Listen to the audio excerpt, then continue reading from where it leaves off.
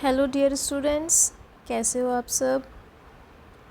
Students, आज वाला video बहुत पहले अपलोड हो जाना चाहिए था, लेकिन कुछ टेक्निकल प्रॉब्लम्स की वजह से मैं रिकॉर्ड नहीं कर पाई। अब हम कंटिन्यू करते हैं। क्लास 11th की वीडियोस अब स्टार्ट हो गई हैं। इससे पहले जो वीडियो थी मैंने उसमें आपको सिलेबस का इंट्रोडक्शन दे दिया था।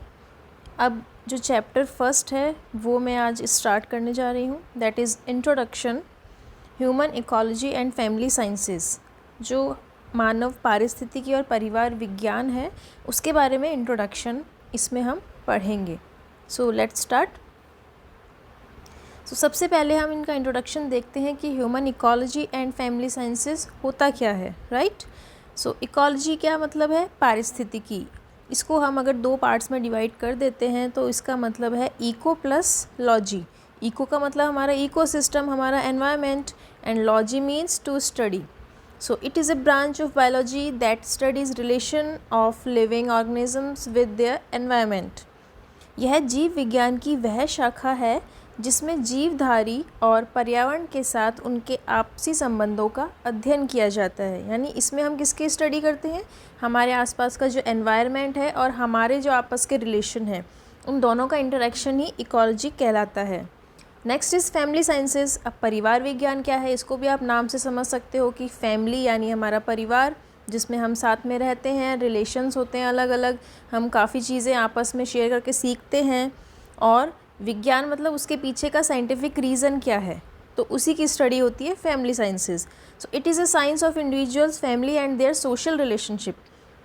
पारिवारिक विज्ञान क्या है? व्यक्ति के परिवार और उसके सामाजिक संबंधों का विज्ञान है। यानी परिवार में जितने व्यक्ति रह रहे हैं उनका सोसाइटी के साथ कैसा रिलेशन है, उस चीज़ का विज्ञान ही कहलाता है फैमिली साइंसेस। और हम इन दोनों को अगर इंक्लूड कर देते हैं, जैसे कि आप यहाँ देख रहे हो, लिविंग ऑर्गेनिजम्स और एनवायरनमेंट ये इंटर रिलेटेड हैं, ठीक है। इंटर रिलेटेड का साइन ये है। अब इंटर रिलेटेड का मतलब क्या है? लिविंग ऑर्गेनिज्म है, उनका इंटरेक्शन देखते हैं एनवायरनमेंट के साथ, और एनवायरनमेंट का इंटरेक्शन देखते हैं लिविंग ऑर्गेनिज्म के साथ।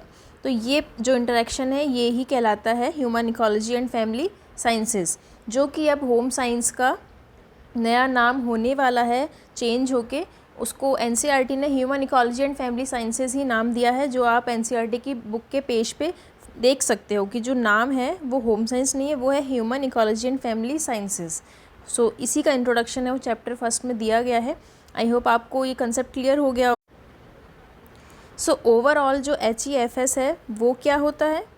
It is a science of inter relation with human life, mean science of relation with self and their environment. तो साइंस और एनवायरनमेंट, इन दोनों का इंटर रिलेशन ही HEFS है। मानव पारिस्थितिकी विज्ञान मानव जीवन की पारस्परिक अंतःक्रियाओं का विज्ञान है, और एक व्यक्ति का स्वयं एवं उसके वातावरण के साथ संबंध का विज्ञान है। यानी अगर शॉर्ट में आपसे पूछा जाए human ecology and family science क्या है, तो परिवार और जो समाज है उनके आपस का रिलेशन ही HEFS है। आई होप ये चीज़ आपको क्लियर हो गई होगी। नेक्स्ट टॉपिक देखते हैं। HEFS has integrated approach in which you will study about. समेकित दृष्टिकोण होता है इसमें, जिसमें आप क्या क्या पढ़ोगे। समेकित मतलब बहुत ज़्यादा ब्रॉड दृष्टिकोण जो है, अप्रोच है, कई सारे जो आपका पार्ट है वो कवर करता है, फील्ड्स कवर करता है। तो इसमें आप पढ़ोगे क्या क्या, वो देखते हैं। सबसे पहले क्या बताता है? Relation of human beings with the environment. मनुष्य का उसके पर्यावरण के साथ संबंध बताता है। Dynamic relationship of children, adolescents, adults with the various physical, economic, social and psychological elements of their environment।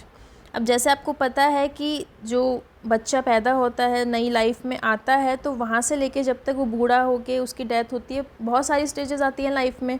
तो उन्हीं को कुछ कैटेगरीज़ में डिवाइड कर दिया गया है, जो आपको आगे पढ़ने को मिलेगा कि कौन कौन सी स्टेजेस होती हैं लाइफ की। जैसे इन्फेंसी है, चिल्ड्रन एज है, एडोलेसेंस है, अडल्ट हैं, फिर जाके ओल्ड एज आती है। तो इन सभी स्टेजेस में उनका फिज़िकल, इकोनॉमिक, सोशल और साइकोलॉजिकल क्या क्या रिलेशन एनवायरनमेंट के साथ, वो भी ये बताता है। तो इतना ब्रॉड ये सब्जेक्ट है। Next is understand the importance of person in context with family and society. जो परिवार है और समाज है उसके संदर्भ में व्यक्ति का महत्व क्या है, यानी व्यक्ति की इम्पोर्टेंस क्या है, उसका रोल क्या है अपनी फैमिली के लिए, अपने सोसाइटी के लिए क्या रिस्पॉन्सिबिलिटीज़ हैं, वो बताता है। And last one is interaction of human being with the environment as member of their family and society.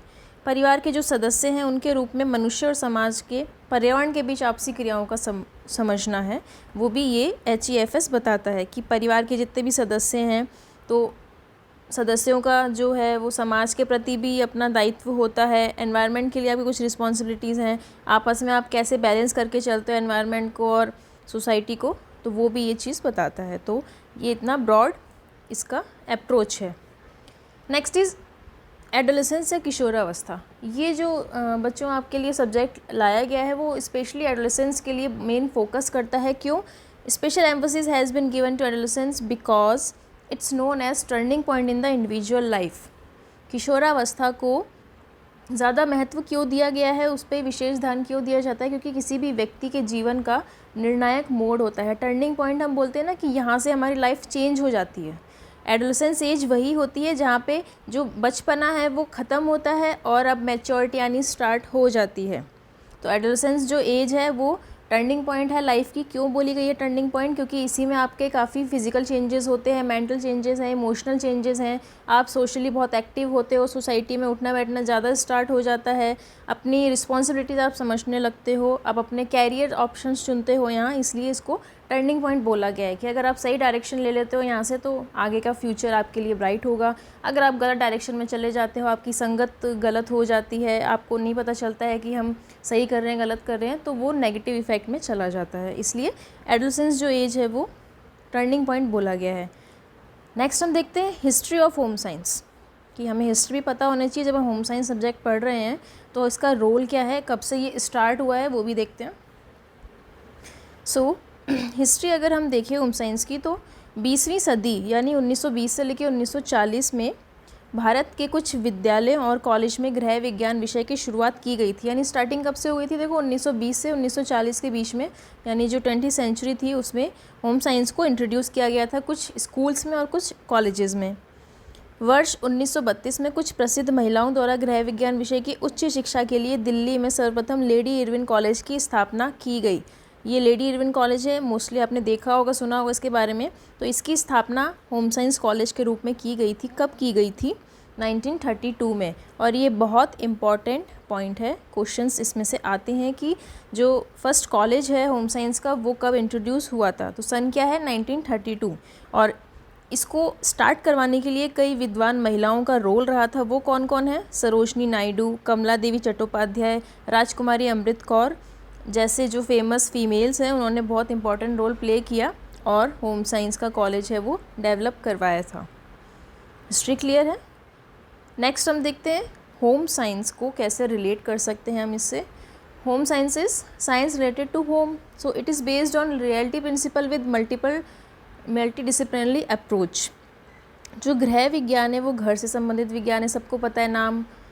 और इसके अंदर हम अगर पढ़ें तो इसकी क्या है, वास्तविकता के सिद्धांत पर कार्य करता है, यानी रियलिटी प्रिंसिपल है। ऐसा नहीं कि सिर्फ थ्योरेटिकल पार्ट होता है, सिर्फ थ्योरी पढ़ा दी गई हैं और कुछ हिस्ट्री चल रही है पीछे की बस वो हो गई है, नहीं, ये पूरा प्रैक्टिकल पार्ट है, प्रैक्टिकल सब्जेक्ट है। इसलिए रियलिटी प्रिंसिपल पर काम करता है कि जो रियल की चीज़ें हैं, जो आप डेली लाइफ में फील करते हो, एक्सपीरियंस करते हो, उन्हीं के बेस पे सब्जेक्ट बना है। और बहुत विषयक प्रकृति का है। बहुविषयक मतलब होता है बहुत सारी इसकी कैटेगरीज़ हैं, ठीक है, वो आगे आप पढ़ोगे कि कौन कौन सी इसमें से फील्ड्स निकलती हैं।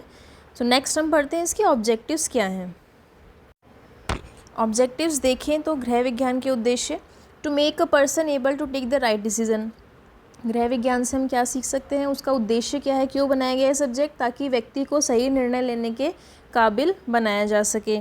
मेकिंग लाइफ मीनिंगफुल, लाइफ को अर्थपूर्ण बनाना है कि सिर्फ ऐसा नहीं है आपने थ्योरेटिकल पार्ट पढ़ लिया है और आपने प्रैक्टिकली उसको लाइफ में इंक्लूड नहीं किया है, आपके बिहेवियर में कोई चेंज नहीं आया है, तो वो वेस्ट है सब्जेक्ट। इसलिए लाइफ को मीनिंगफुल बनाता है।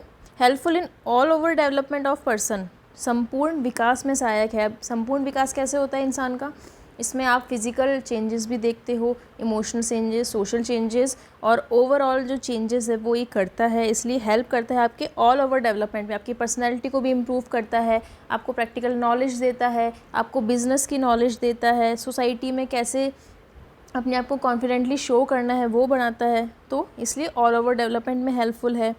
Next is helpful in staying healthy and disease free, और न्यूट्रिशनल नॉलेज देता है, पोषण संबंधी आपको सारा ज्ञान देगा, क्या चीज़ें हमें खानी चाहिए, क्या चीज़ें नहीं खानी चाहिए, कौन से रोग हो जाते हैं, कौन से ऐसे रोग हैं जिनमें आपको डाइट को बिल्कुल चेंज करना पड़ता है, तो रोग मुक्त होने में सहायक है। प्रॉपर यूज़ ऑफ रिसोर्सेज, आपके पास जितने रिसोर्सेज हैं यानी संसाधन हैं उनका आप अच्छे से यूज़ कैसे कर सकते हो, जो घर में अवेलेबल हैं चीज़ें उन्हीं से आप और कैसे अच्छे से लाइफ मैनेज कर सकते हो वो सिखाता है।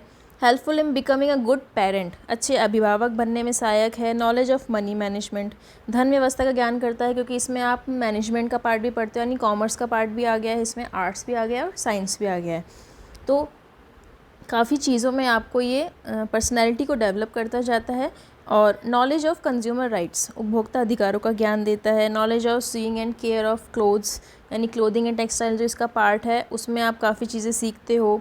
नॉलेज ऑफ फर्स्ट एड, यानी फ़र्स्ट एड की भी आपको नॉलेज देता है कि एज ए नर्सिंग प्रोफेशन जो फर्स्ट एड चाहिए है आपको इमरजेंसी में, तो वो भी ये प्रोवाइड करवाता है। अब नेक्स्ट देखते हैं एरियाज़ ऑफ होम साइंस, क्या क्या एरियाज़ हैं इसके। सबसे पहला दिख रहा है आपको फूड्स एंड न्यूट्रिशन, यानी आहार और पोषण। दूसरा है ह्यूमन डेवलपमेंट, मानव विकास। थर्ड है फैब्रिक एंड अपैरल साइंसेस, कपड़ा और वस्त्र विज्ञान। And fourth is communication and extension, संचार और विस्तार। और last one is resource management, यानी संसाधन प्रबंधन। यानी एक जो सब्जेक्ट है होम साइंस उसमें इतनी सारी फील्ड्स आप कवर करते हो, इसलिए ये ऑल ओवर डेवलपमेंट में हेल्प करता है।